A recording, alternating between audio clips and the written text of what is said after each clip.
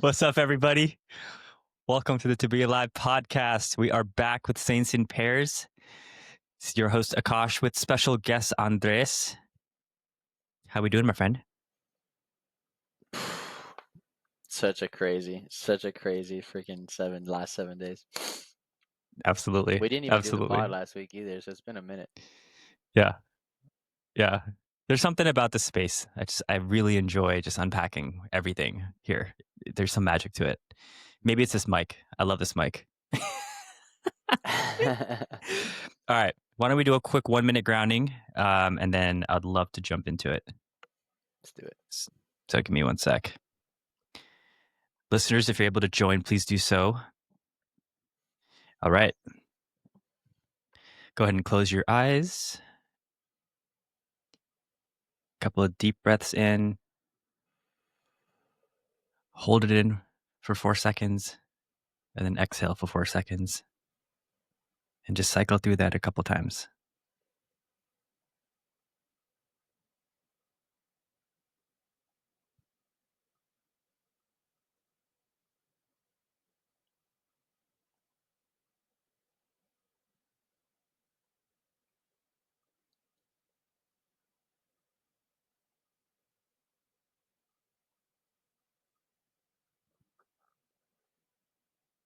Once you're settled in, feel your feet on the ground.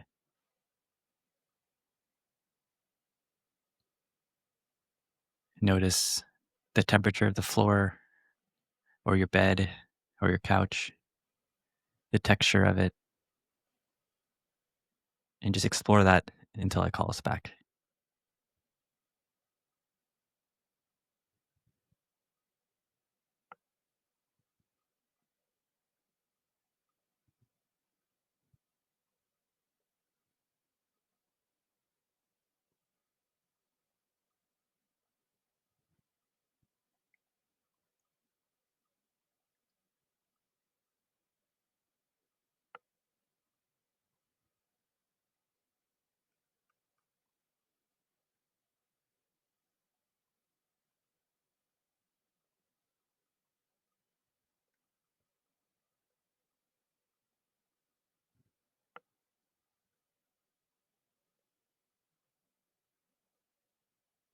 All right, come on back.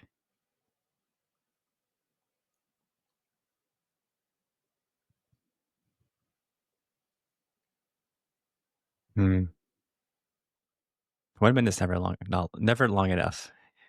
I feel like breathing has been really good for me recently. Like just throughout the day, noticing myself get too excited, doing too many things, feeling too like high, and then just it's almost like if a way to catch myself to then be able to like love the present again, so that it doesn't like I don't go to empty. It just like Yeah. completely changes. It completely like resets the feeling of what's happening. It's so great. What were you thinking? Go. I had it's funny, I've had synchronicities this week about breathing. So one of my favorite artists, EDM artists, his name is Armin van Buuren. He is a trance DJ from like the 90s, 90s and 2000s. And he released an album recently, which is pure piano, which like, this guy makes electronic music. He doesn't do piano like or acoustic stuff. And he was doing an interview about it. And he was talking about how his inspiration was, first of all, realizing that his life doesn't feel like it's his anymore. And he's been coming back to himself. And this album he created, which is called Piano, which I'm going to listen to later today, was an outcome of him coming back home to himself. And he said the biggest thing that helped me and continues to help me is breathing. So there's been a lot of interesting, just beautiful synchronicities around breathing. Mm. So So I'd not love just to hear. Oh, sorry. Go ahead. Go ahead. while I was in San Francisco this weekend, I went to San Francisco to visit my best friend Sarv. Um, he breathes frequently throughout the day, like randomly. Like we'll be walking somewhere and he'll just stop and then go and then just like, and I'm like, what are you doing? And I throughout the weekend I like started to I basically every time he did it, I would do it. And it was kind of like this co-regulation, or like he would help me when it's time, so to speak. And then by the end of the weekend, I just got used to it, where I just habitually started doing it when I noticed myself getting amped. Um, yeah, it's very powerful. Yeah. So there's a lot I feel like we can unpack today. Is there anything super top of your head, top of your heart that you'd like to dive into first? I want to give you the baton. Bro, it's just the same thing we were talking about yesterday. Like I'm I have this insatiable hunger right now for God. And it sounds weird when I say it kind of on a pod, but if I was just talking to you, it's like I don't even know what to do with it. Like I'm just it's all I'm like craving, and on a soul level. Like I'm just starving. I'm starving for God. I'm starving for God. And it's like I've had like I had another crazy conversation today. Um I feel my thoughts changing. I feel the ability to be by myself and like want to be by myself, being okay being in a room by myself, or like spending time with by myself. Where it's like before I would just like crave social all the time. And I think it's because for so long I was hungry spiritually, and now it's like I'm like trying to have like nourishment. And now that I'm having some nourishment, it's like, yeah, I don't feel like I need the other things as much. Yeah. When you say God, just for anyone listening, what does God mean to you? When you say you're hungry for God, what do you mean exactly? Good question. I mean, it feels like this like state of being where you're just detached. Like you were talking about it and you said it like intellectually well yesterday, but I went on a really long walk today, I sat like on the grass in front of Ladybird Lake and just like took my shirt off and just like closed my eyes and was just like singing with some headphones on and kind of laying there.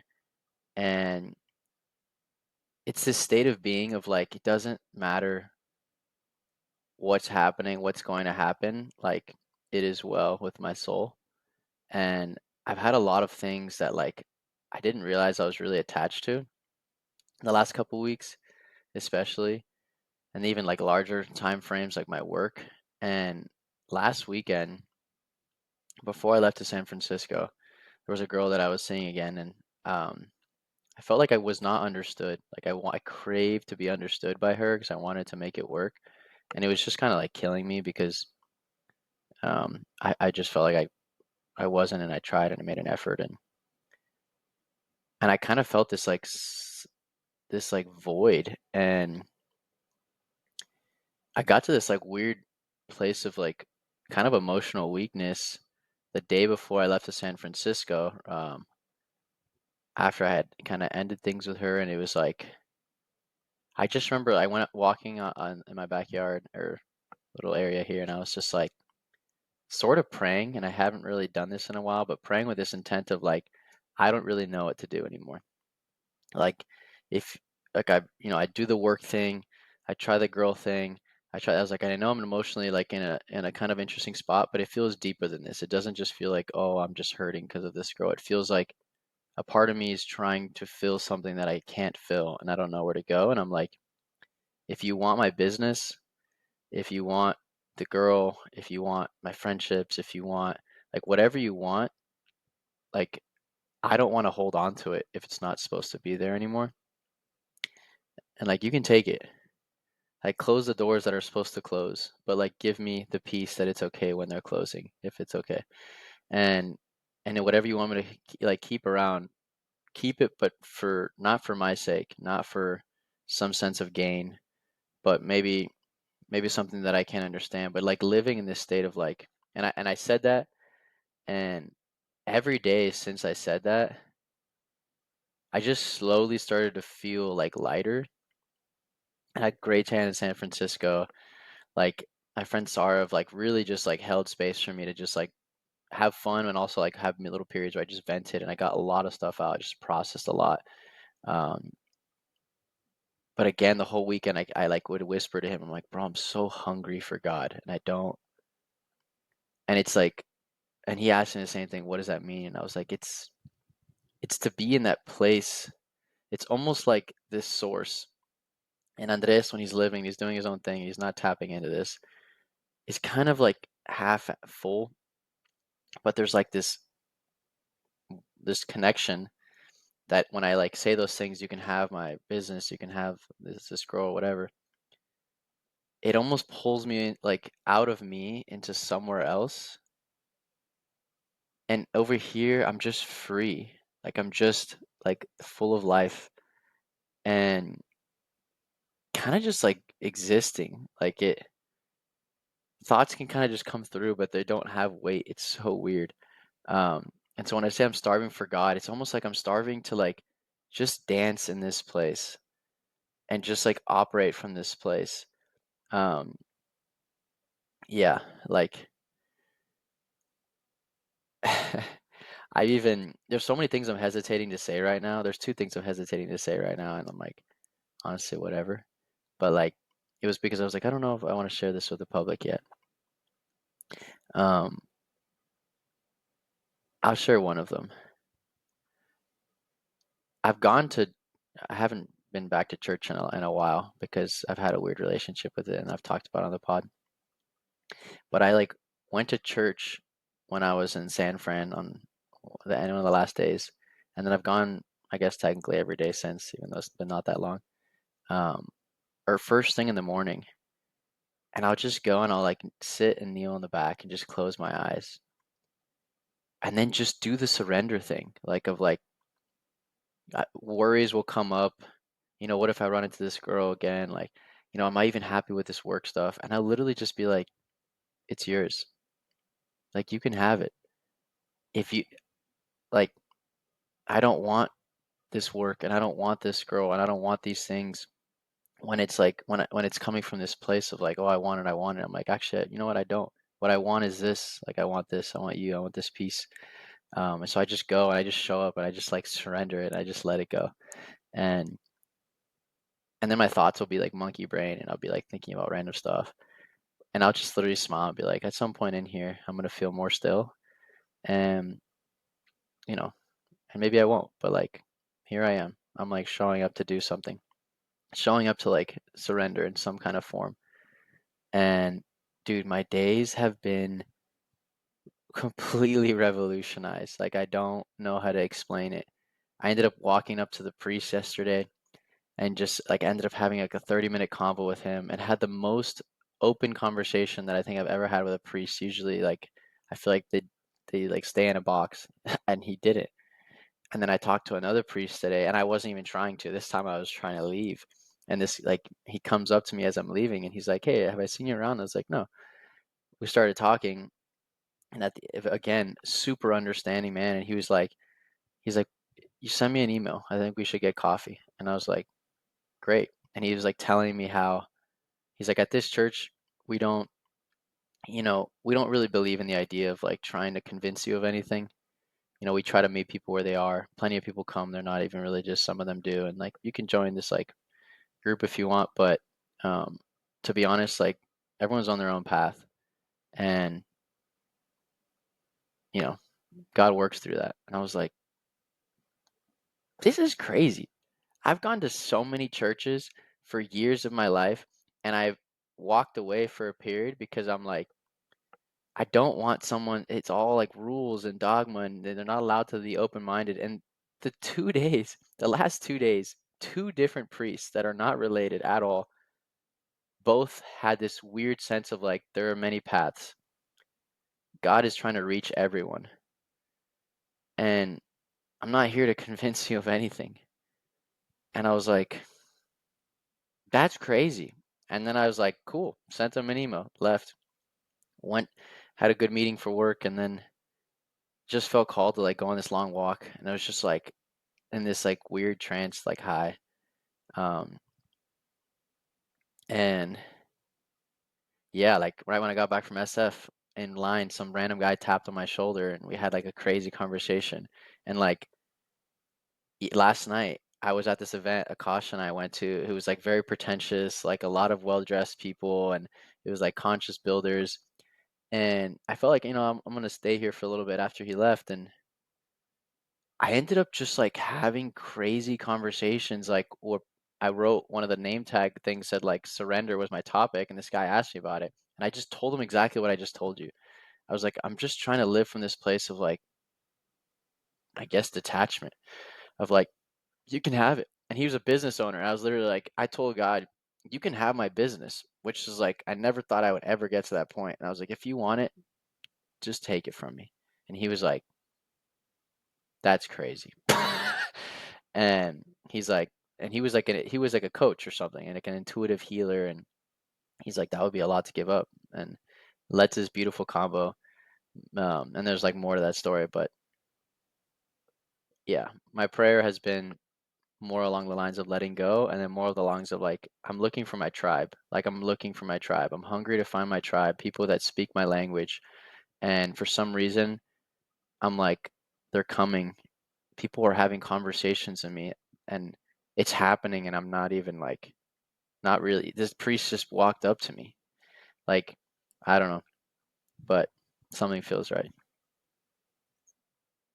Yeah, it's so beautiful to see because like a week ago when we were talking, or maybe a little bit over a week ago, just contrasting where you were then, where there's a lot of heaviness and weights and whatnot in your life that kind of were I would say untied in some way, to now, just like a week later, there's so much spaciousness in you. I feel there's so much clarity in you. I feel Mm, um, there's a calmness to the way you're moving that mm, I hadn't felt in a while.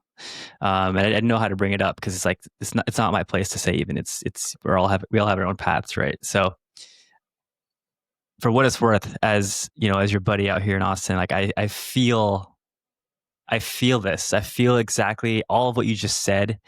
It's so cool and so beautiful for me to witness. And I can't wait to see what comes next for you, man. Like this is gonna be like this is I think this is the way we're meant to live.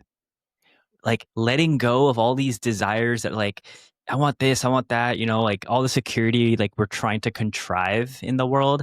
And you and I talked about this yesterday when like the ultimate security is knowing that we are taken care of all the time by God or whatever your idea of God is. If we give up everything that we have, like the doors are going to close and it might be painful in the short term, whatever it is, but like the other doors are going to open, like always. And just trusting in and surrendering to God is that's the name of the game. Like literally that's how we find our peace. that's it. Like, Yeah. it feels too simple. It feels too simple, but like even I wanted to ask you because it's been on my heart so much about surrender. I'm like, have you have you sat down and from this like really pure place in your heart, when worry comes up or whatever, just be like, if you want this, great. And if you don't, then close the door and give me peace and show me where to walk. Yeah. I'm learning. I'm learning how to. I've been I don't even think I've shared in the pod, but like the biggest update in my life has been, I'm no longer a part of the startup that I came here to join. Mm, So I don't think I've shared that on here. So I've been in this period of completely being on my own over the last 2 weeks. And it's been hard. It's been super hard. Like financially, things are tight. Um, I'm halfway across the country. I don't really know anyone here except for Andres and a couple others. Um, it's lonely. It's lonely. It's scary. I don't feel like I really have many people to open up to talk to. And so, and maybe more than that, like I don't have people that I feel get me, like outside of a select few here. So it's led to this period of feeling like it's time to really be okay with being alone, which another way of saying is letting go, surrendering to my solitude, letting go of this idea that I need to have anything. Like I need to have really, really close friendships. I need to have a romantic partner. I need to have a job. I need like all these things I'm letting go right now because the only thing that is true at every given moment that does not change is me, is like my sense of who I am, and ultimately my connection and my relationship with God in the way I see God. And we're just using the word God, kind of vaguely. Everyone has their own definition and way to describe it, but something bigger than me, something beyond me, something that has the answers that I can't. My mind will never understand. Right? God is something beyond the mind, and I'm a very minded person, so it's been hard to really come down and just, like you said, surrender. And I have had moments. So this is the crazy thing is, as someone without any religious background, any spiritual background until maybe 2 years ago, at least spiritually, I never prayed before. And Andres, I've asked you a couple times in the last month, like, hey, can you teach me how to pray? My mom prays after she takes a shower and stuff. She has her prayer, and the way she prays is how I've seen everyone pray, which is like repeating something because someone told you you're supposed to, right? And I don't know, Mom, if you're listening to this, I'm not speaking for you. Maybe you have a different intention, but mostly what I've noticed is it's just done because it's supposed to be done, right? It's like a check the box type of thing. But something has been clicking where I've seen the way you pray, and it is like you said, it's like truly, and I love the phrase heart of hearts, coming into your heart of hearts. And from that place, really asking for whatever it is. So for me, like I feel a lot of anxiety around my finances at the moment. So it's like what do I need to, like, what do you want me to do today? Like I've been asking every single morning, I've been asking God, like, I'm giving up all of my desires for what I want to do today. I just want to do with what you want me to do today. And from that place, I always get something that comes up. And it may not be like a whole itinerary for the day, but it's like the next thing. What is the next thing that is calling my name? And just go and do that thing. If that means I drive 30 minutes north to a coffee shop without any idea why, I go and do that. And then I get to the coffee shop and I do the same thing. Okay, what next? And I've been practicing this.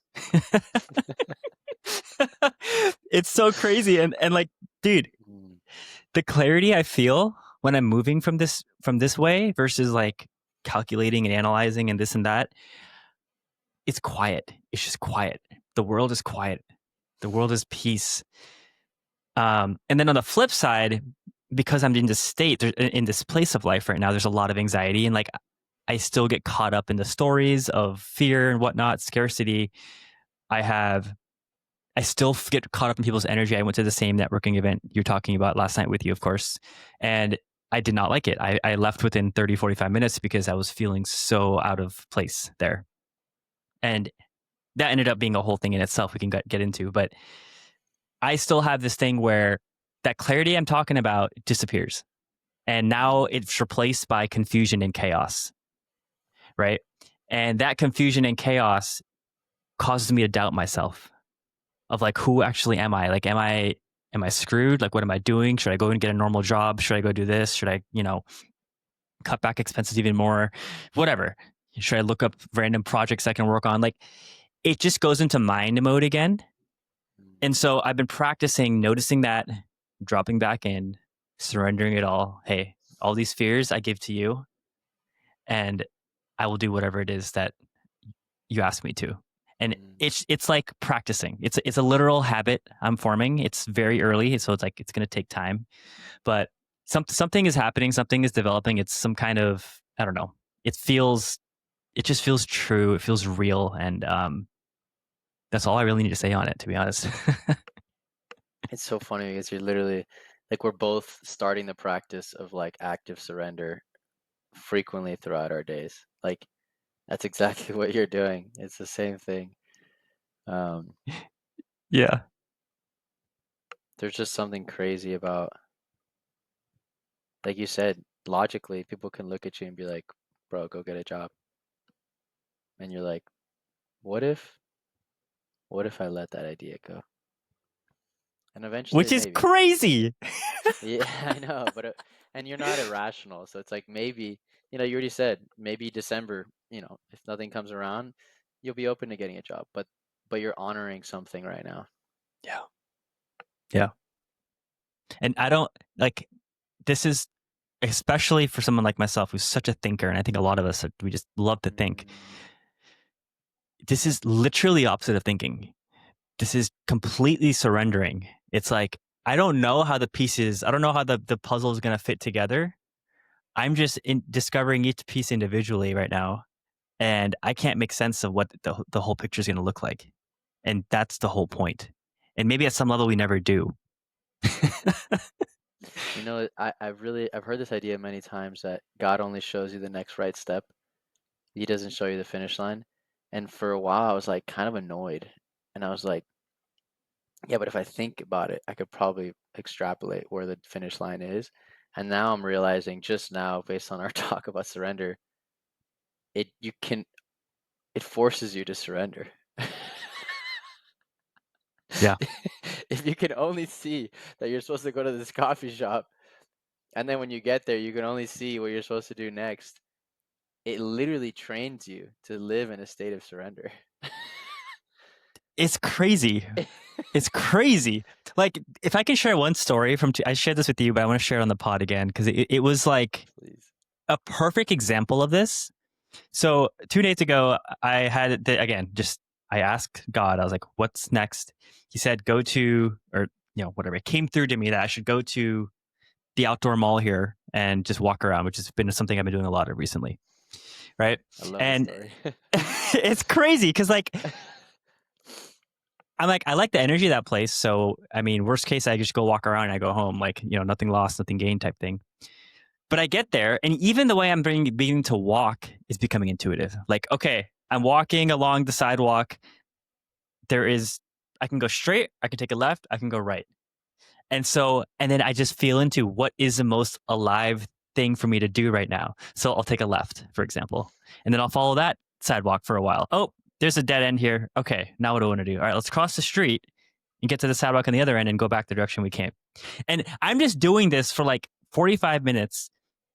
The next thing you know, I end up walking past, like I circled the whole complex, it's big. It took me like 45 minutes to get to one side to the other. And I passed by, I was just about passing by this Museum of Illusion here in Austin. And I'm like, okay, the moment I read the name, I got this ping. Like it was like, go inside. And I'm like, first of all, I don't want to spend money right now unnecessarily. Like this makes no sense. And then I freaking go on my phone and I start looking up reviews of this place. Like, all right, do people say this is good? Like, I'm trying to confirm to myself that rationally I should avoid going inside. So I'm like looking up all the bad reviews. I literally filtered by 1-star reviews. I was like, read all the 1-star reviews on Google reviews for this place to convince myself not to go in. And then I remembered this idea of surrender. And I was like, F it. Like, who cares? Surrender. Let's go in. I walk in. I don't even know how to pay for a ticket. They have some weird QR system. It was embarrassing. I was like, oh, I'm sorry. I don't even know how this place works. I literally saw y'all's sign outside. I just walked in. I was not planning on being here today. And she looks at me. She's like, welcome. And she just starts doing her thing. And I don't know what's inside. I go, I literally take a step inside and I notice like, there's just these different exhibits that have different like optical illusions, hence Museum of Illusions. And there's like 3 sections to the museum. In the first section, there's this woman who was working there. And this is like 2 p.m. on a Wednesday. So there's no one else inside except me. So she basically comes to me and is like, she's like, hey, like, is this your first time here and stuff? And I'm like, yeah. Oh, have you looked at all the exhibits and stuff? I'm like, no, I literally just walked in. She's like, oh, okay, let me take you to each one individually. Let me show you how they all work. And she's like some in her mid-20s, like kind of cute, like Latina girl. And I'm just like, what is happening right here? And so at first I'm like really like kind of rigid and nervous a little bit. Cause I'm like, I don't know what's going on here. And at no point was I like trying to make sense of what this is. I was just like, all right, I'm just feeling weird. Oh, I'm like I'm sweating right now because it was really warm that day too. Walking around, I'm like, I'm getting embarrassed. I'm sweating and stuff. And at some point, I'm like, who cares? And we just start laughing and just like joking around. And like this whole place is for photos. Like if I could, I would show photos. But like the whole place is like it's an illusion place, right? So like there's different mirrors, different like perspectives that when you go through it, you see like a whole star pattern, and it's hard to explain with words. But the point of it is you take photos of yourself in these weird kind of like exhibits that make you look funny. And so she's like taking photos of me and whatnot, and I'm just like, this is so much fun. Like this feels like play, you know. And the next exhibit was there was this guy who was working it, and he shows me to this like one exhibit that was a sacred geometry type thing that had this really cool effect that like looked like a sphere that was reflecting on different glass panels around it, but it was just one singular thing but it looked like a sphere. And I was like, dude, this thing reminds me of like this idea I've been exploring of like this the geometry of the universe. And he's like, oh, sacred geometry. And I'm like, how do you know what, like that is such an esoteric thing for someone to just randomly know about. So I'm just, and like we start vibing, and he takes like it was just so much fun, you know. So I'm just like 45 minutes later I left, and I'm like, that was the All most fun I've because you had. felt a ping. Yeah.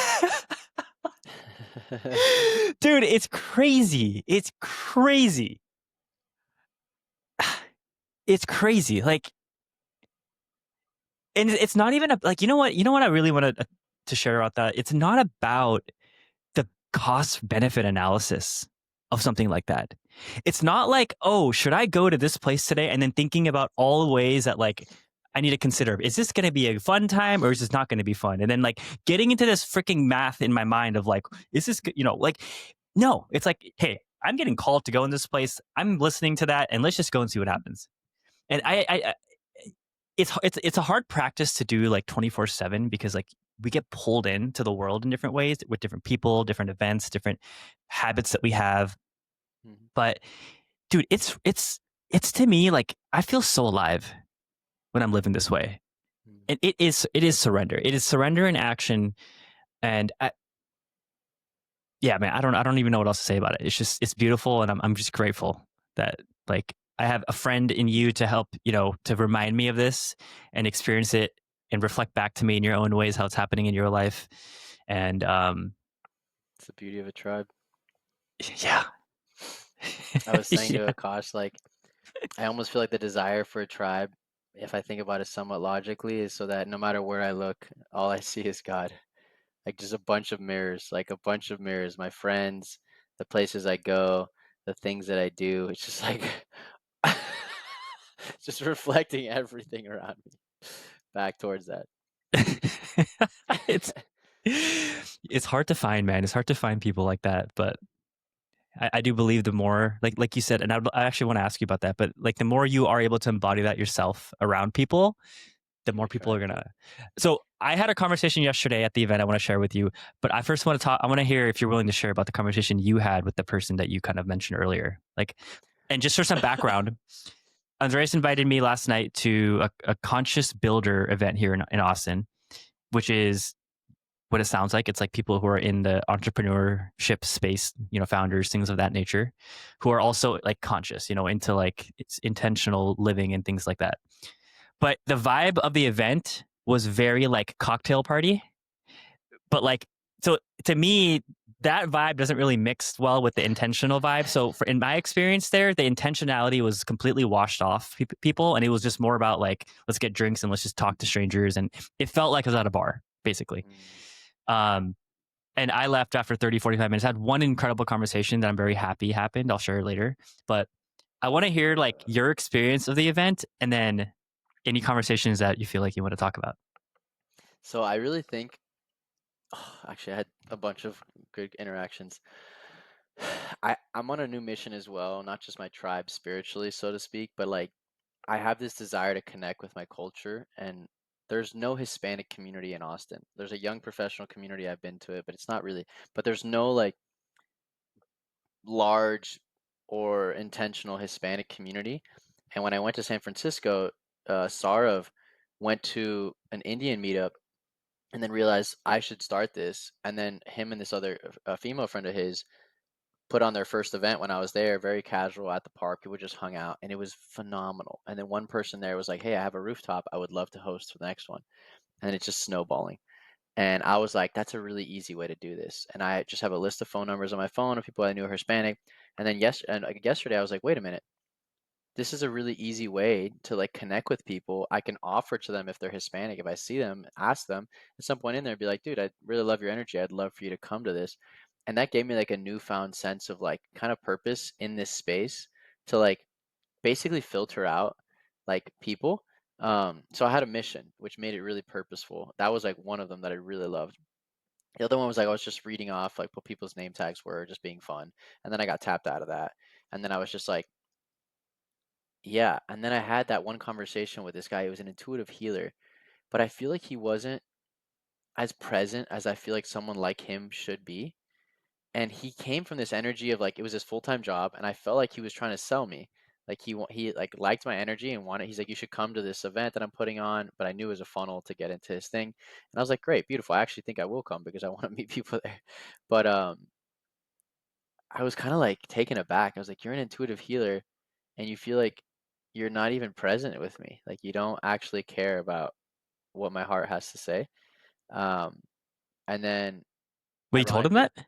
no, Oh. I thought about it, but um, maybe I'll tell him next time I see him. But like, not to be rude, but yeah, I ended up just having the convo about surrender with him, and I think it like kind of took him aback. He's like, it's very rare that someone like lives like that. He told me he's like, you're very wise for your age, but it was kind of like not in a condescending manner, but there was just an energy to it where I was like, I don't think you want to talk about this.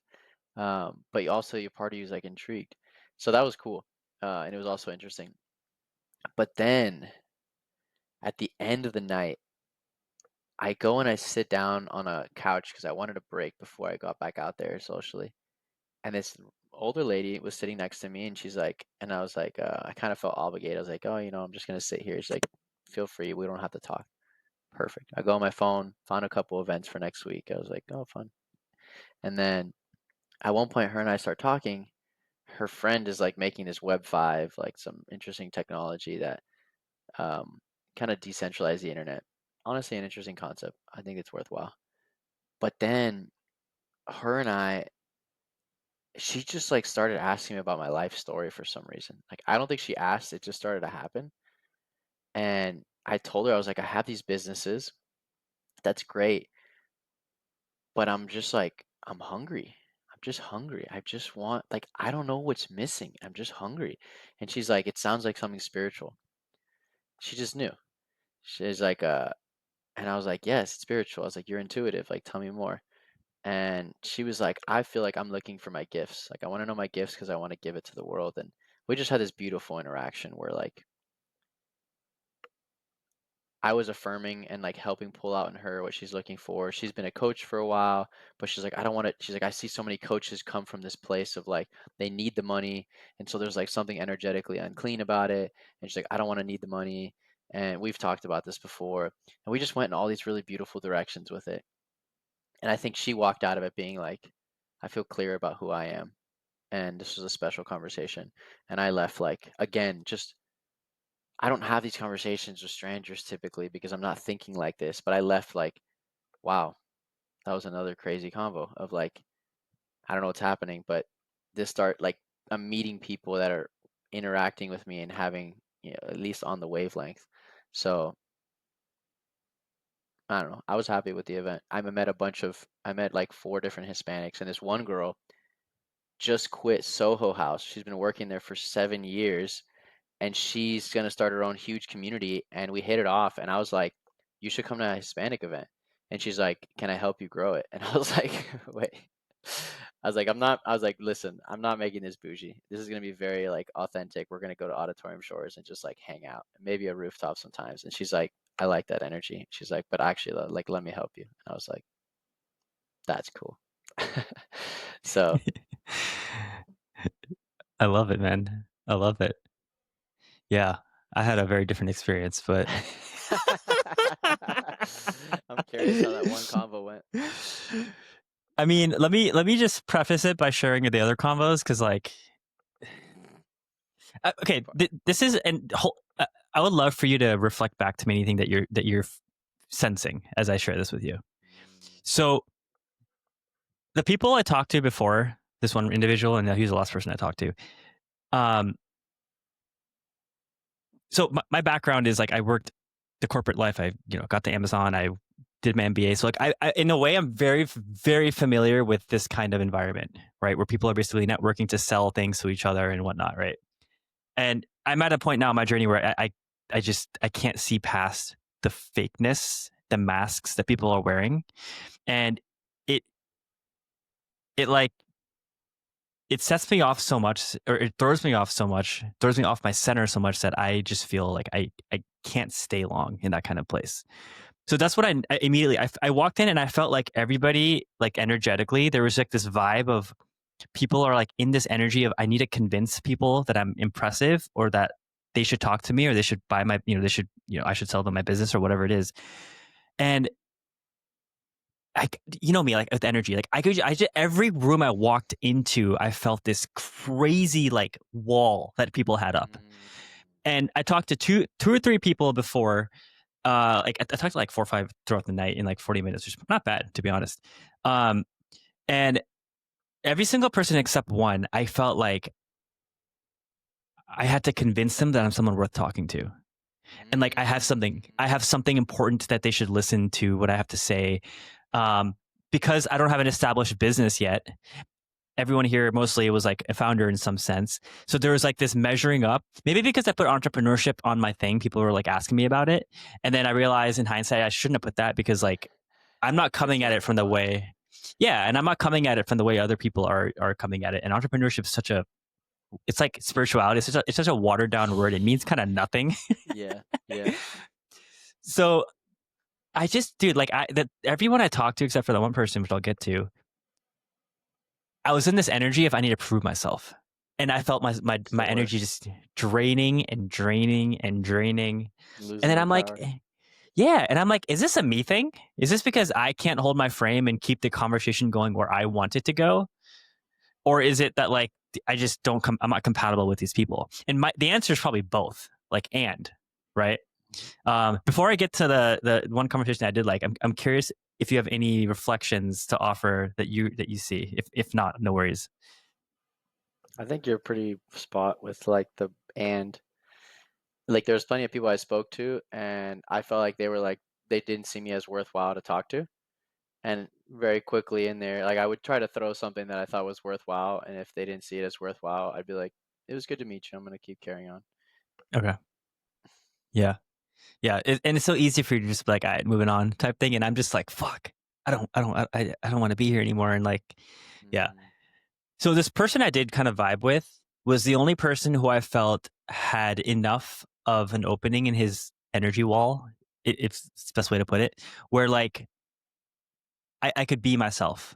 And I was able to like share authentically what I've been going through and how excited I am for life, even though I'm like in a very like tough situation right now. I genuinely underneath it all is a lot of excitement and love and joy I feel for being alive. Which is very like, I guess, rare for people to hear, and he's like, oh man, I remember being in your position and 18 months ago. And I just have so much empathy and sympathy and like for where you are. And I have found my calling and I'm happier than I've ever been. And I just want you to know that like, it's real and it'll make sense. You'll get it.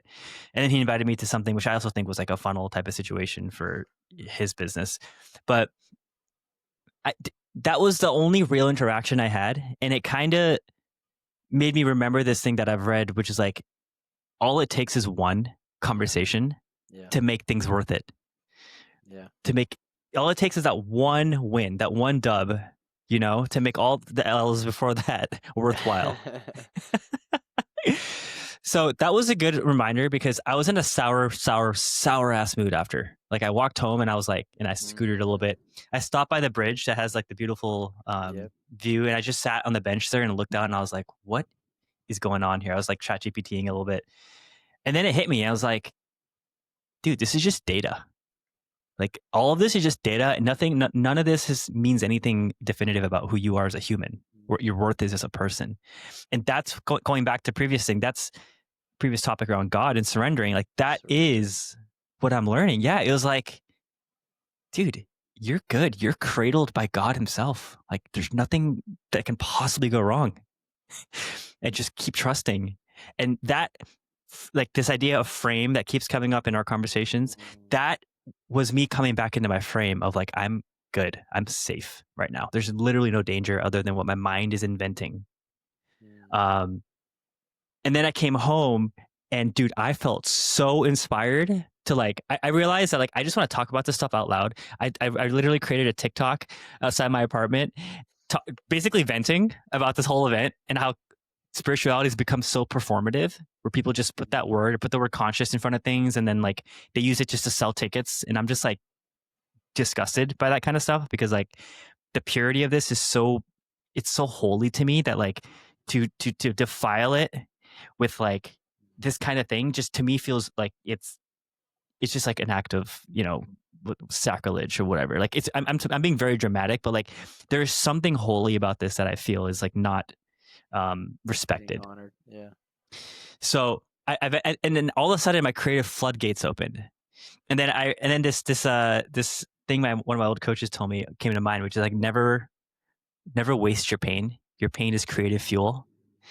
And all this inspiration came, and I came home and I did another video, and I was just like, all right, it's time to triple down on the inspiration that I feel. And the fear can be there, and I'll love it and I'll hold it, but it ain't gonna stop me from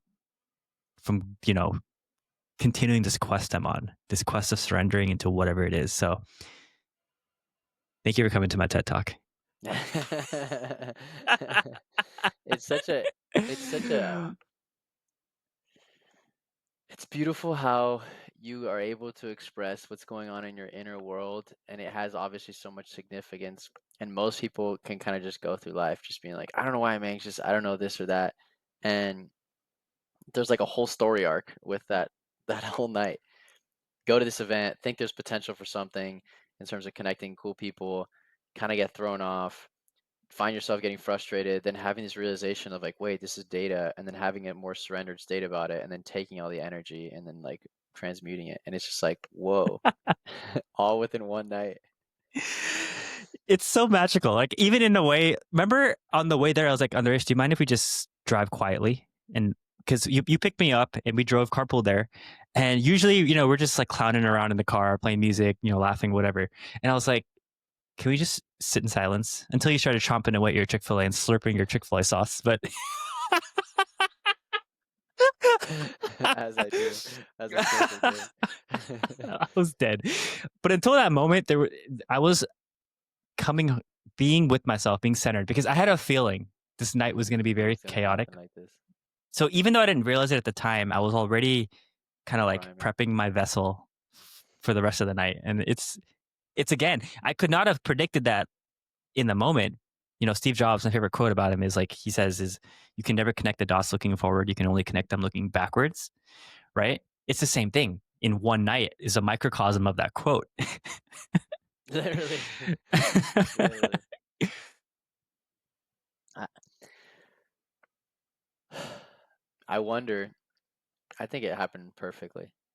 And I also wonder like if the frame of like the data perspective could, and it doesn't even have to be, but if you ever wanted to stay and have one more conversation or like another good conversation, I wonder if it would actually kind of empower you to be like to somehow dance with these people that you're like, bro, like why are you wearing the mask? Like why not just be you? And being able to hold a frame of even if they don't pull down the mask, you just like be like, okay, next. And then being like, yeah, I think I've kind of tapped this out. Like I found one good conversation, and then that was enough for me or whatever. And then it doesn't have like a spillage. Um, but yeah, there is something about this holding the frame thing. Sarv, shout out Sarv, like put me onto that concept. For real. uh, it's it's so easy to get to feel like a leaf in the wind. And you and I are both very sensitive guys. Like it's why we shout out gang. Like like it's such a gift. It is honestly a superpower, but if you don't have something grounding you, like the frame, whatever you want to call it, we're just like leaves, bro. Like the wind blows us this way, this idea pulls us that way. Fear pulls us this way, and it's like it's hard to hold. It's hard to not get thrown everywhere. But this is even about, maybe that's why, like, there's something about going to church in the morning, or there's something about waking up and doing the writing group immediately. It's like remembering who we are, so that instead of being a leaf, detached from the trees swinging everywhere, we can be a root. Like the winds come and the storms come, but our roots are like deep in the day. Yeah. Yeah. 100%. 100%. And to answer your question, or to kind of respond to this idea that I could dance with the type of energy, I dream of doing that, to be honest. Mm, Like I learned how to do that from the mask perspective. So I learned how to wear the mask so I could dance with that. But now, can I do it without wearing the mask? That's hard. okay. Um, and the framing, building that framing of like, or not just building, but rooting, like you said, rooting ourselves in who we are, so that when we feel kind of like the wind is really strong, we're not going to just, our branches aren't going to like, or our roots are not going to literally just like lift off the ground and just fly away. The tree's going to topple. It's just like, no, it's just a little bit of pressure, but we're good. We're rooted well. We're grounded. Um, and that is what I'm practicing. That's the surrender. And I think the more I experience life and the more I surrender and the more beauty I see that comes out of it, the more I see myself work through these really tough times. That's where the resilience comes in. That's where really like the frame begins to develop. Like it's not something I can think my way to. I kind of have to like Yeah, you can. experience. Like, yeah, like last night was perfect. I have no regrets that I went, because I learned so much about myself, and I would love to go Mm, to another event like that if I feel called to it, right? If that's wow. what he wants me to Respect. do. Respect. I love that you said that, because it's so resilient. It's not like, I hate this energy, I don't want to be around it, I'm never going back. It's like, no, it was hard. It was uncomfortable, but something beautiful came out of this, and like maybe there's more for me to see. Yeah. Um, I really wondered if, like, in that conversation, or whichever one that you felt the performative thing, if in your heart of hearts, you if you said, like, for this guy who feels like he has a mask, like almost like praying for him. It's like kind of like this idea. One of my favorite lines in scripture is like, pray for your enemies. It said, like, no, you need to love your, like you say, everyone. It's so easy for you to love your neighbors, but it's really hard for you to love your enemies. Like, it's really hard. But Jesus didn't come and say, yo, love your neighbor. He was like, no, love your enemies. Like, pray for them fervently. Like he doubles down. And I think part of it is probably, it's probably because there's so much energy, like, that is possibly transmuted in that. Like the amount of discomfort and whatever frustration, like if that turns into some kind of prayer, I don't know, bro. Maybe those people's masks come down sooner. Yeah. It's interesting. First of all, two things that came up as you're saying that. One is what makes that super hard for me, and I'm wondering if how it is for you. But what makes it hard for me is I'll feel like what happens right now, because the frame is still not really rooted yet. My own frame is not rooted yet. Like, know thyself. I think that's what that means. It's like, who you are, right? Mm, But I get so mixed with people, especially at events where like the energy is already kind of off, that I can feel, just subjectively. mhm, It's that much harder for me to stay within myself, because for me to go into my heart of hearts and pray for someone while I'm talking to them requires me to have a level of separation mm, from their energy and my own. And if I'm in this desperate place of I want this person to approve of me because I've mhm, fallen into that kind of slide, then it's not happening, You already right? lost the frame. Yeah, at that point the frame's lost. So I think the first thing is knowing myself, knowing myself, knowing myself, and then from there, I do like, dude. I Completely watch. fair. I'm calling it right now. At some point, not too distant from now, let's just call it 6 months. I'm gonna be like easily able to flow through a night like that, easily. I cannot agree more. I cannot agree more. And I also really like the idea of praying for your enemies. You know, Mm, and if I could elaborate on what my interpretation that is, it's not for me. It's not literally like, oh, I hope this like what is prayer actually, mm, right?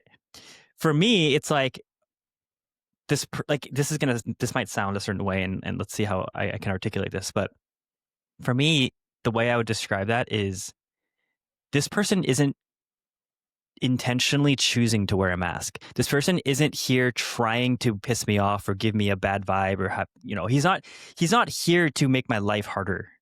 This person was here because something told him to be there, and whatever that is, whether it's all the stories in his life cumulatively that led up to that moment to decide to be here, that's why he's there. And even if he's wearing a mask, even if he doesn't know what he's really saying, which is what I felt with from a lot of people, that's okay. Like they don't know any better. It's not forgive like them. Forgive them for they for do not know what they are doing.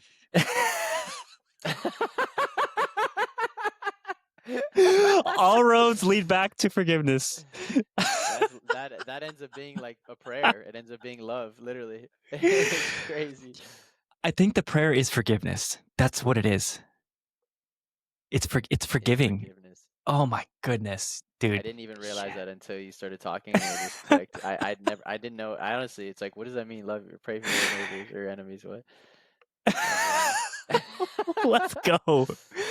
Dude, remember when we were talking about doing like reading a verse on this pod and just talking about it? Like we should totally do We that. should. Maybe next time. Hey, There'd be dude, get that Bible and then whip it open and see if anything speaks to you. Like that Lectio Divina is what it's called, like divine reading, where you read it 3 times. Find something that when you read it, it just like something, one of the words burns or like one of the messages burns with you, and then I'll do the same thing, and then it's like, all right, we can just pull it out on the pod. beautiful. Beautiful. I would love to. I'd love to. Ah, how are you Bro, feeling? good. I really love that frame of like the loving your enemies. It's like in that moment, that would have been a beautiful prayer. This guy's asking of this mask, all this other stuff, and it would have been like, forgive him for he doesn't know what he's doing, and forgive me for being frustrated with him or like wanting his approval. Like help me let it go and help me love him in this moment and be like detached. That becomes a spiritual practice in itself. Literally. Like Literally. that becomes how I come back to my own framing, come back to Yeah. my own energy when I feel myself losing it. Mm. Hell yeah. Hell yeah. So it feels whole. It feels right. Yeah. How are you feeling? I'm thinking about wrapping this up unless there's anything else very alive in you.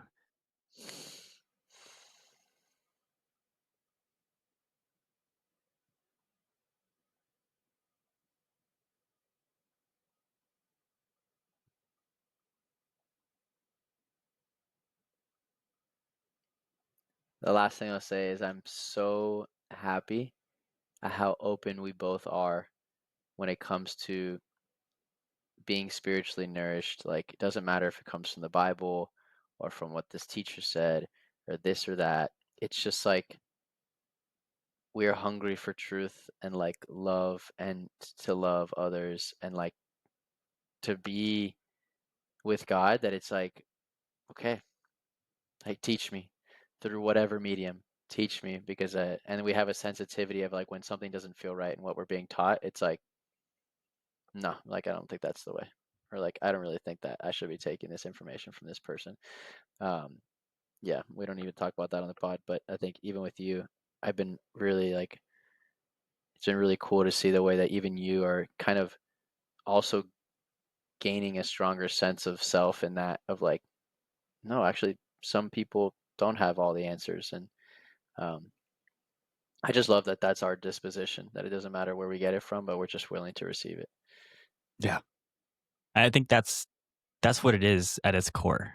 You know, it is truly about this unconditional compassion for everything and everybody, but not from a place of not from a place of dogma, not because that's what we're supposed to do, but because we see Mm, everything at its core is truly just people lost in ways that they don't realize, and therefore, why should there be anything other than love for this person?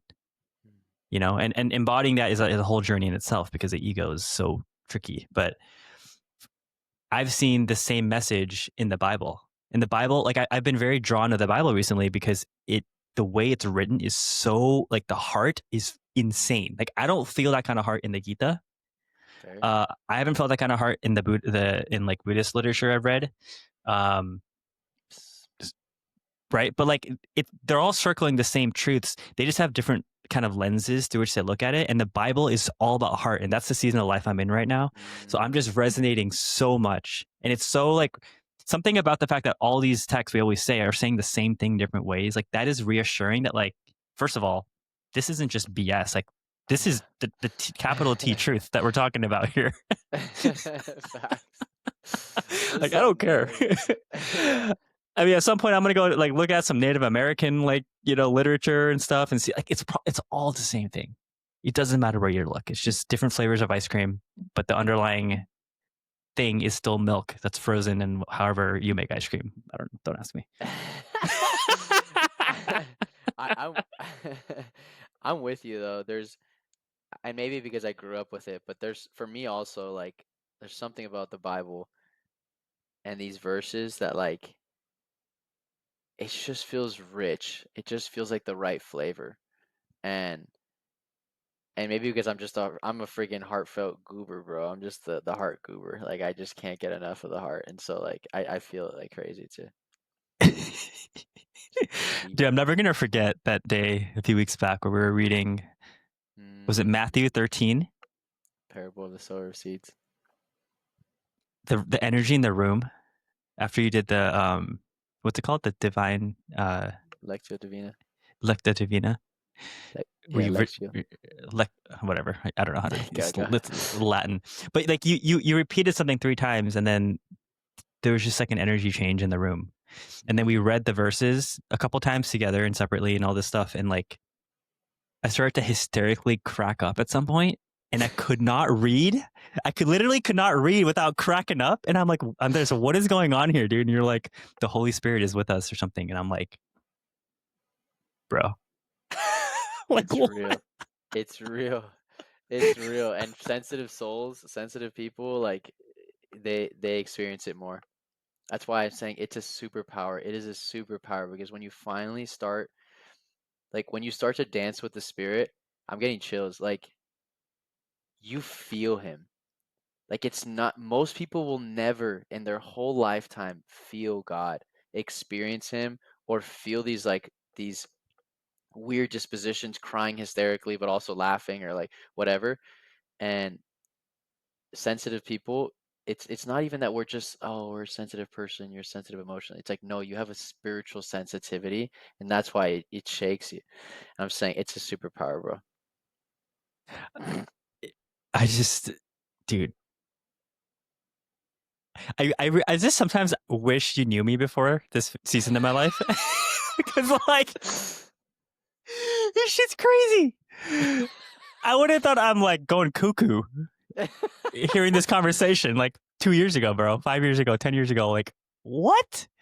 But it's Mm, more true and more real than anything I've ever experienced up to this point in my life, and that's all that matters to me, maybe one of the episodes, let's do Lectio Divina with one of the passages. bro. Let's do it, but no expectations of anything to happen because like that'll make it for Mm, sure a certainty that nothing's gonna happen. yeah, I mean, I wasn't even thinking about that, but facts. I mean, I'm speaking for myself because I fucking do that all the time. I'm like, True. let me try to make something happen right now. And the moment that happens, it's like, it's not true anymore. There's a desire that's present. There's just, but there's just something about that heart of hearts, and that's why Lectio Divina is cool because it's like, you slow down enough. We prayed before of like, God, Holy Spirit, like help me be present, help me hear these words properly, help me, open up and receive with the lens of love what it is that is written in here. And like that disposition, it's like a channel. It's almost like, most of the time your heart is kind of a little closed throughout the day, busy, busy, busy. But this is like it opens straight to your soul or straight to your heart, so that when you hear it, it's not regular words. Like it was even in the passage, it was like, you know, some people have ears and don't hear, and people have eyes and don't see and don't understand. But it's like when you do that, your ability to see is so much clearer, and your ability to understand is so much deeper. And it starts to like actually take roots. I've been thinking about the parables so much the last couple of weeks, like literally week, like I was like I literally had stone and thorns all over my soil, like all over it, everywhere. Even crows. This is kind of weird, and I don't even know what to make of this, and I'm not taking this as a sign, but like there is there was a billboard basically that was putting different times for when the train was coming in San Francisco, and it would like flip like until it like it said like, oh, the 2 p.m. going to LA, and as it was flipping you could see random numbers, and I took a photo of it while it was flipping. This is eerie. I took a photo of it, and you know what all the numbers were across? This is like a combination of like at least 15 numbers. So that this is like the chance that this is exactly the same. I don't even know what the probability is. I haven't told you the story yet. It was 6 6 6 6 6 all the way across except like the last number. And six is like the number of the devil apparently in the Bible. And I was like, I'm not going to read into this, but I really wonder in terms of the parable of the sower of seeds, of like the crow, throw the seeds and the crow comes up, these dark energy, these dark forces come and they take the truth. They take the beauty of truth. They take the beauty of wisdom, whatever, and then you don't receive it. And I freaking took a photo, and this thing was spinning 100 miles an hour, and I took a photo, and in that one freaking that one frame, it was all sixes. And I was like, what the F? What the F? I was like, maybe I have not just the stone in my soil and freaking thorn. We can maybe go through that another day so people know what we're talking about. But maybe I also have freaking crows that have been stealing the beauty of this. So I was like, just for the sake of my own soul, I'm gonna show you the photo. Just for the sake of my own soul, I was like, I will intentionally pray that it's not just the stone that's removed, not just the thorn, but it's like that I can believe that maybe there are forces. I think my belief of this stuff is if you suspect something like this is true, it's true.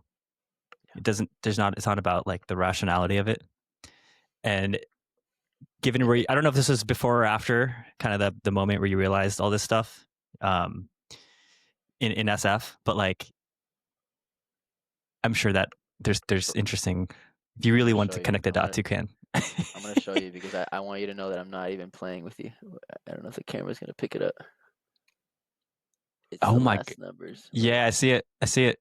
it goes I see, all the way across, which is literally like it doesn't make any sense. I'm gonna text it to you, but it's literally 2, 3, 4, 5, 6, 7, 8, 9, 10, 11, 12, 13, 14, 14 numbers straight. so what's your like layman's takeaway from that? It's that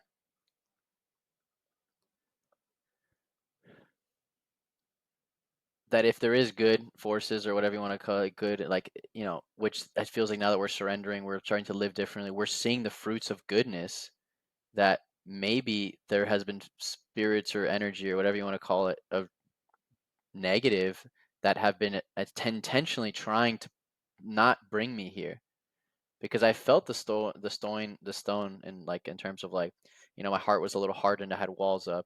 I felt the thorns of like, oh, I'm caught up in the anxiety of like my business and how do I make this relationship work, and I don't want to disrupt my friend. All those are noises, but like those are somewhat human.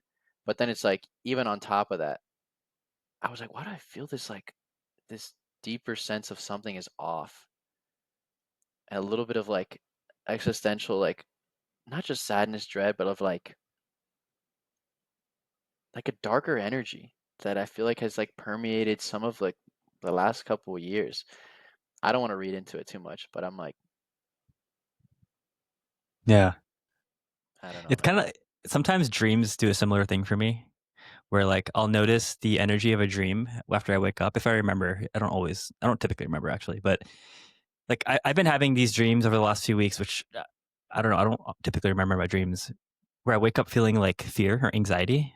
Something in the dream was like scary. Like I had a dream recently. I remember this one where there were like aliens in the house, and I was like hiding underneath the staircase, kind of like the Harry Potter type thing, and like it came downstairs and like was talking to I don't know who it was, someone in the room, and I just remember the feeling of like fear and like not just fear, but like this anxious like at any moment things can just like the house of cards, the cards can just fall down type of thing. And then I woke up and I'm like, this is pretty much the same energy I feel every day. I just don't allow myself to actually feel it, and so it comes through in my subconscious when I'm dreaming. That's how I make sense of it. Like dreams are where those stored kind of things come through. So I've been paying more attention to my dreams because I'm like, whatever is coming up in my dreams is something I'm not allowing myself to feel fully when I'm awake. So 2 days or yesterday, I had a really intense day. Like I talked about with you, like you saw me. I was very Yeah. distraught, very anxious. Like financials are not doing hot right now. I'm just like, damn, what's going on? Like, I mean, I'm in survival mode right now. Like, I can't talking about thorns and all that's like this is a thorn. Like this is I can't. Mm, How can I till my soil when there's just like thorns everywhere? Like there's no way that anything will grow from there. mm, That's pure. So it's all related, man. Like all these, it's. I really do believe anytime we have a suspicion that there's some connection between things in our life that seem random, it's not. It's all there for us to make sense of it, and it's just, can we connect the dots in a way and then can we trust what we're seeing, basically. So, all right, how are we feeling? I'm feeling pretty complete. I'm ready. I'm done. All right. Well, thank you all for tuning in. This was, I forgot, episode 13 or 14. 14, I think. Thank you all for tuning in. We'll be back probably next week. We've been doing this a little bit more spontaneously, but we'll see you soon. Thanks for tuning in, and as always, stay kind. Peace.